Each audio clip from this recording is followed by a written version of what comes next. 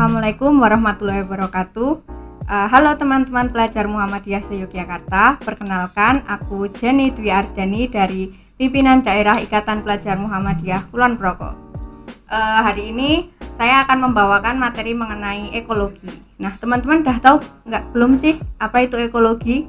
Nah, ekologi itu adalah salah satu cabang ilmu biologi yang mempelajari mengenai interaksi makhluk hidup dengan makhluk hidup lainnya serta lingkungannya.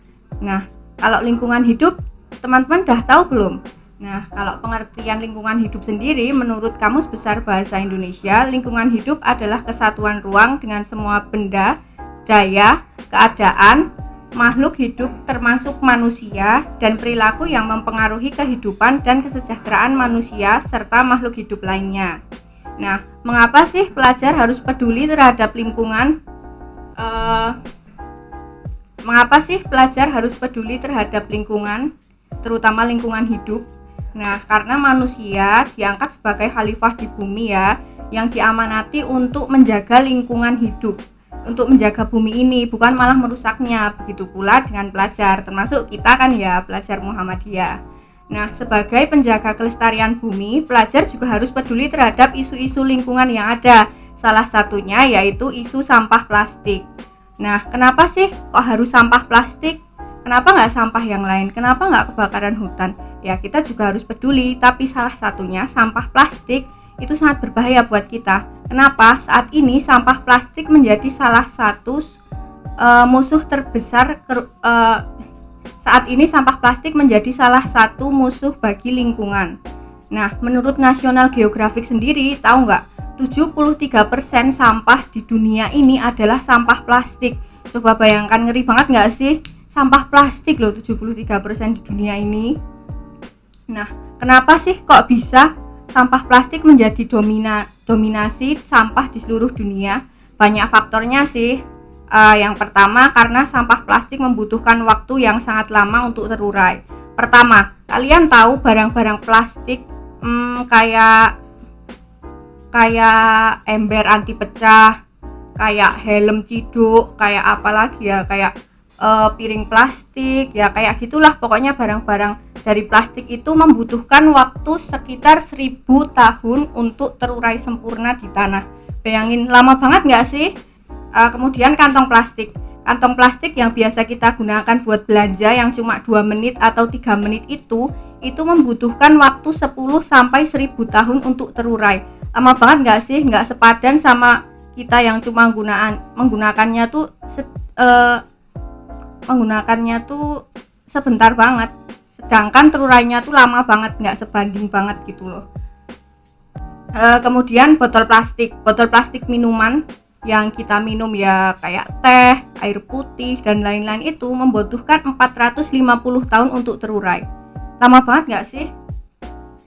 Karena waktu penguraiannya yang sangat lama, sampah plastik ini mendapat predikat sebagai sampah dengan waktu penguraian paling lama hingga mengalahkan kaleng aluminium yang hanya membutuhkan waktu, ya nggak hanya sih, tapi lama banget juga, membutuhkan waktu 80 sampai 200 tahun. Bayangkan, kaleng aluminium seperti sarden, kaleng minuman dan lain-lain yang ya nggak sebanding lah sama banyaknya sampah plastik di bumi ini yang 73% tadi.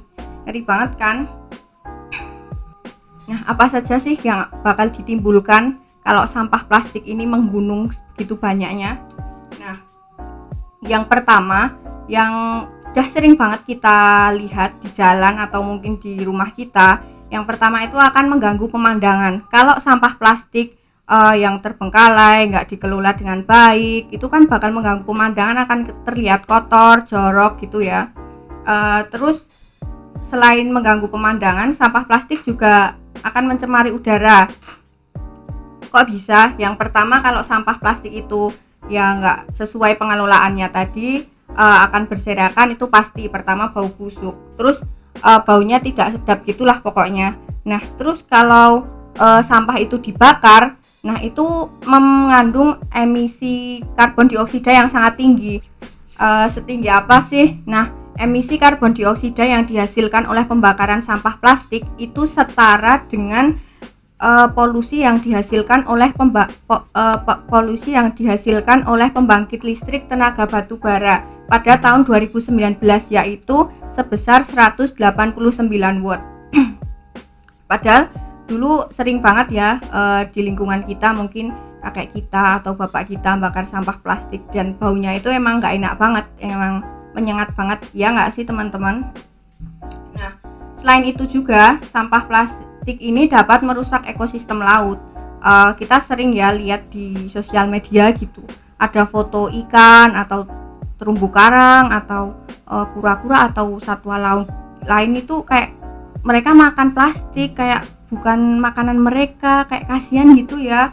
Nah, sampah plastik yang ada di laut ini kalian tahu nggak? Selalu bertambah 8 ton per tahun dan itu selalu meningkat per tahunnya. Bayangkan deh, kita kalau ke pantai, pasti di pinggir pantai itu ada sampah plastik. Kan itu juga bakal mengganggu pemandangan juga ya. Terus sampah plastik yang ada di laut ini bisa membunuh biota laut terus sampah plastik yang ada di laut ini mereka bisa membunuh biota laut karena biota laut nggak bisa bedain mana makanan mereka, mana sampah plastik. Oleh karena itu sampah plastik ini mengancam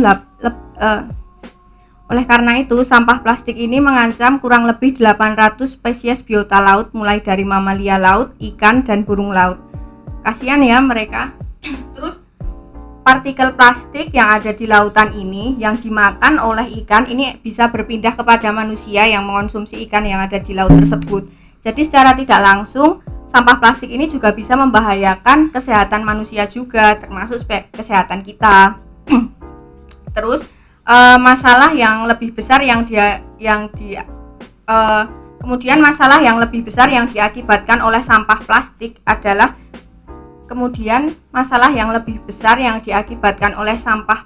ini adalah menjadi penyebab perubahan iklim. Sejak proses produksi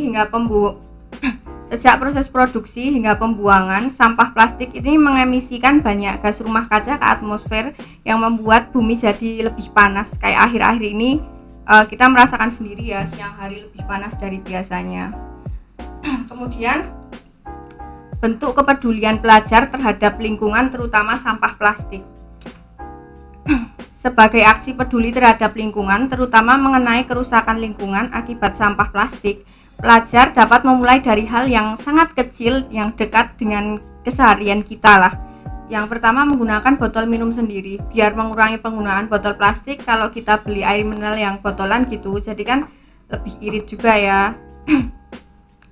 Yang kedua, membawa tempat makan sendiri, biar nggak perlu jajan yang bungkusnya pakai plastik kayak cilok, somai, atau kalau mau jajan minta ke penjualnya, "Pak, wadahnya pakai punya saya aja ya."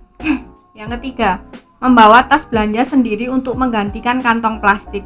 Itu loh yang kayak biasanya yang dibawa ibu-ibu ke pasar, yang rotan itu. Kalau enggak kita bisa pakai yang lebih kekinian, bawa tote bag atau tas apalah, yang penting kita bisa mengurangi kantong plastik. Yang keempat, memilah sampah. Kita udah sering lihat ya tempat sampah yang warnanya merah, kuning, dan hijau. Nah, itu ada klasifikasinya tersendiri teman-teman. Yang merah itu untuk sampah yang berbahaya seperti sampah kimia atau pecahan kaca. Kemudian yang hijau untuk sampah organik seperti daun atau bunga gitu. Terus yang kuning itu untuk sampah non organik seperti kertas, kaca, atau botol plastik. Kemudian yang terakhir, kita dapat mendaur ulang sampah plastik menjadi kerajinan. Siapa tahu bisa dijual, dapat uang deh. Nah teman-teman, kita sebagai pelajar tidak harus kok menghentikan pabrik plastik atau menyelam ke dasar laut untuk menyelamatkan ikan yang tersedak plastik. Nah, pelajar dapat memulai dari hal kecil seperti mengurangi penggunaan plastik, membawa botol minum sendiri, dan memilah sampah. Sangat mudah bukan teman-teman? Dengan usaha yang sangat kecil, kita sudah peduli terhadap lingkungan dan mengurangi kerusakan lingkungan yang diakibatkan oleh sampah plastik. Jika semua orang di dunia melakukan langkah mudah tersebut, maka sampah plastik dapat ditekan dan bencana yang diakibatkan olehnya mungkin tidak akan terjadi. Maka dari itu, mari kita peduli lingkungan mulai saat ini. Aksi peduli lingkungan tidak bisa dilakukan sendiri. Maka dari itu, mari kita bersama-sama mencintai dan peduli dengan lingkungan kita. Salah satunya dengan mengurangi sampah plastik. Sekian dari saya. Wassalamualaikum warahmatullahi wabarakatuh.